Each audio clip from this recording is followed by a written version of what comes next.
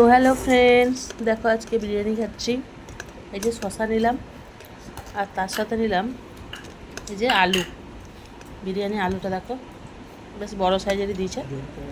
আর আমি নিয়েছি একটা কাঁচা লঙ্কা নিয়ে নিয়েছি আর এক্সট্রা একটু পেঁয়াজ। আর এখানে আছে এই যে চিকেনের একটা বড় পিস।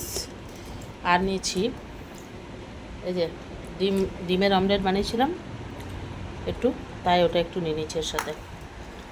তো অমলেটটা জাস্ট দেখো বন্ধুরা, এই যে একদম ভিতরে পুরো কাঁচা, এখনও প্রচণ্ড গরম, আমি ধরতে পারছি না, দারুণ গরম। এ দেখো দেখো দেখো দেখো, একদম নরম নরম পুরো বেরোচ্ছে ভিতর থেকে মাল। এই যে এই যে এই যে তো খাচ্ছি। এ দেখো